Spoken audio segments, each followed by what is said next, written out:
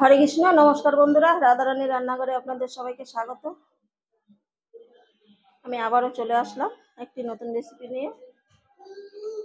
আজকে কোনো রান্নার রেসিপি নয়, আজকে আমি গোলাপ জল বানাবো। এই দেখুন, গোলাপ নিয়ে নিয়েছি। এখন গোলাপের থেকে গোলাপের পাপড়িগুলো আলাদা করে নেব।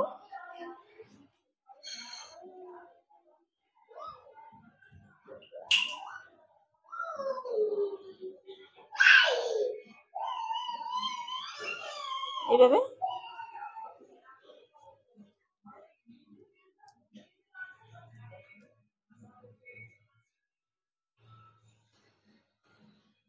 আর এটা ফেলে দিতে হবে।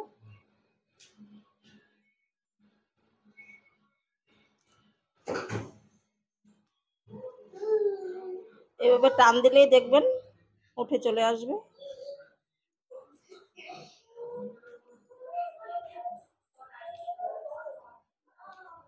এইভাবে গোলাপ জলটা আপনারা বাড়িতে বানিয়ে নেবেন। দোকানের গোলাপ জলে তো অনেক কেমিক্যাল মেশানো থাকে, আর এইভাবে একদম খাঁটি গোলাপ জলটা বানিয়ে নিতে পারবেন। তাহলে আমি সবগুলো ছাড়িয়ে নিচ্ছি। গোলাপের পাপড়িগুলো আমি সব ছাড়িয়ে নিয়েছি, আর এইগুলো ফেলে দিচ্ছি। এখন ভালো করে ধুয়ে নেব।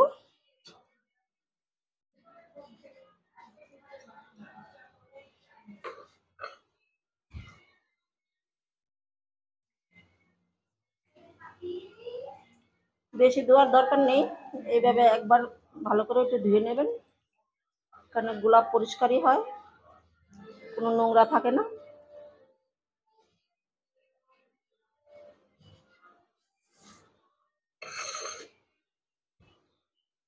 আমি তুলে নিচ্ছি।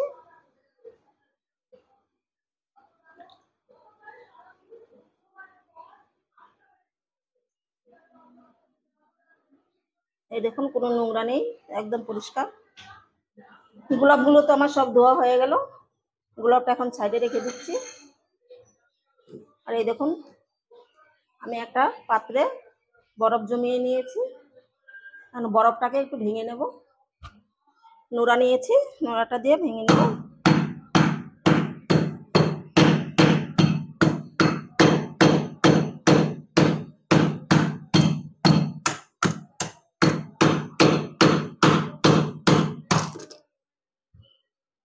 এরকম ছোট ছোট টুকরা করে নেব।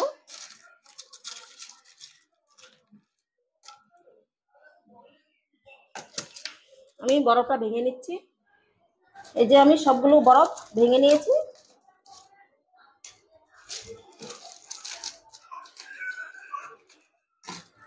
এখন গ্যাসটা জ্বালিয়ে গোলাপ জলটা বানিয়ে নেব।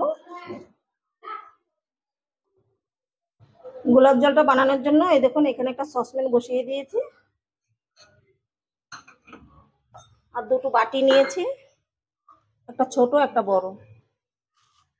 ছোটটা এভাবে দিয়ে দেব,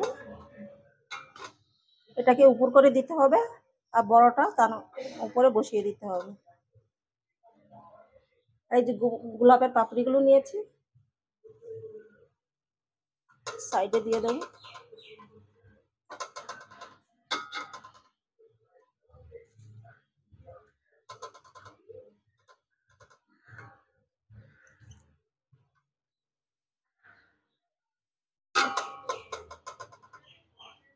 সবগুলো পাপড়ি আমার দেওয়া হয়ে গেল। আর এখন দিয়ে দেবো জল।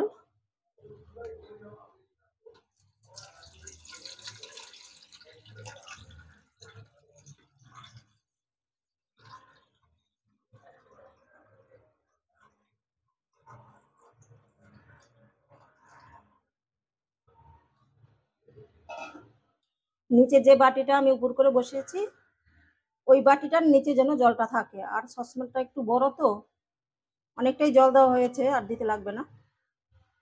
এভাবে বসিয়ে দিলাম। আর এই দেখুন, একটা ঢাকনা নিয়েছি, ঢাকনাটা এইভাবে বসিয়ে দেব। এই ঢাকনাটা আমার এই সসপ্যানের একদম মাপ মতন।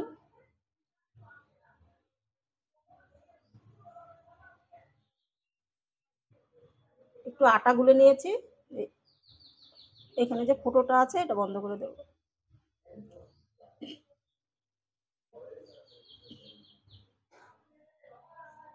এখন আমি যে বরফগুলো ভেঙে রেখেছিলাম এখানে এভাবে দিয়ে দেবো।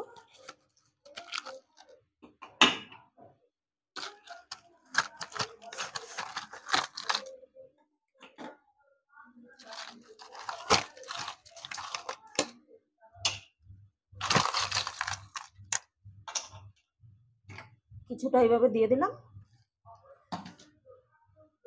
এখন গ্যাসটা জ্বালিয়ে দিচ্ছি। গ্যাসটা জ্বালিয়ে একদম লোতে রেখে দেব। কিছুক্ষণ রাখার পরে যখন এই বরফগুলো গলে যাবে আবার বরফ দিয়ে দেবো।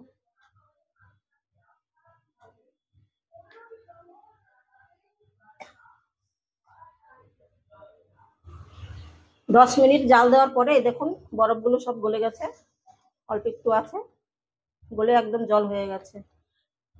আর এটা আটকে দিয়েছিলাম যাতে উপরের এই বরফ জলটা ভেতরে না ঢুকতে পারে। আমি আরেকটু বরফ দিয়ে দিচ্ছি।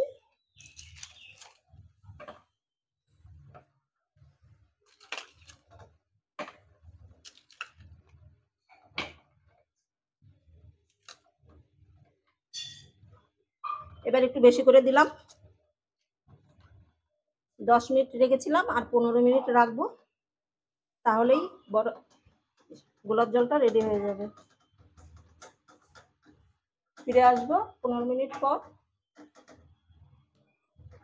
এই দেখুন বরফগুলো 15 মিনিট রেখেছিলাম, বরফগুলো সব গলে জল হয়ে গেছে।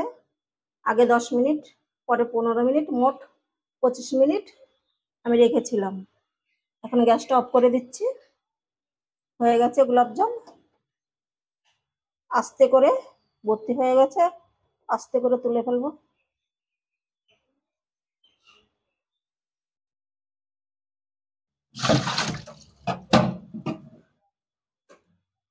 আর দেখুন কতগুলো গোলাপ জল হয়েছে।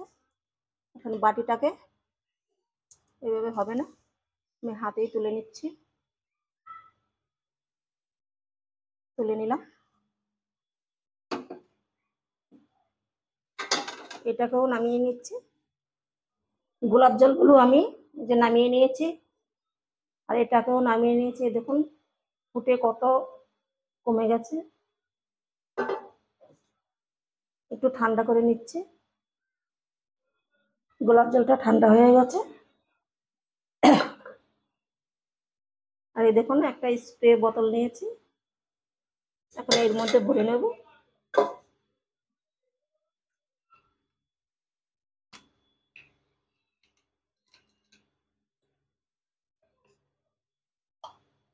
একটা কাপা নিয়ে নিলাম।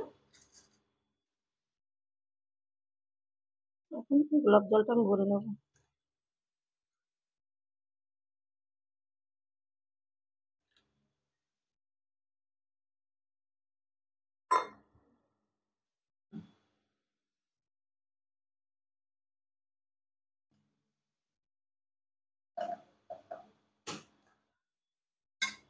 আর এখন আটকে দেব।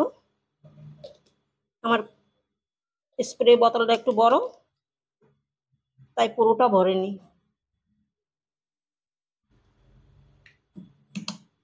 যে গোলাপ জলটা আর একটু তুলো নিয়েছি আমি,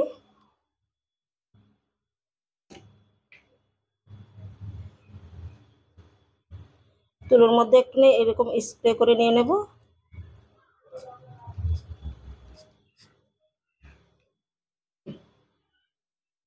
আর দেখুন যেখানে যেখানে মুখে, যেখানে গলায় কালো দাগ থাকে না, রাত্রিবেলা আপনারা শোয়ার আগে এইভাবে ওই জায়গাটাকে মুছে দেবেন।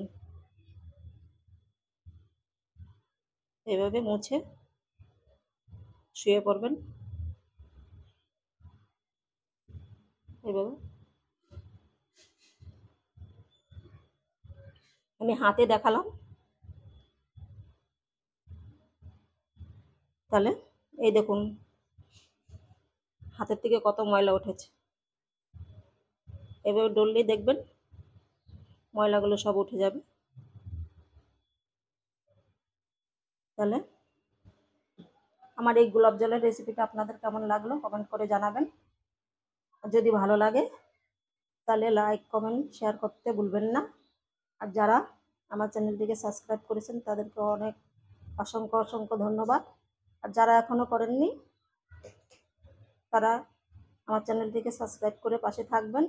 দেখা হবে অন্য কোনো নতুন ভিডিওতে।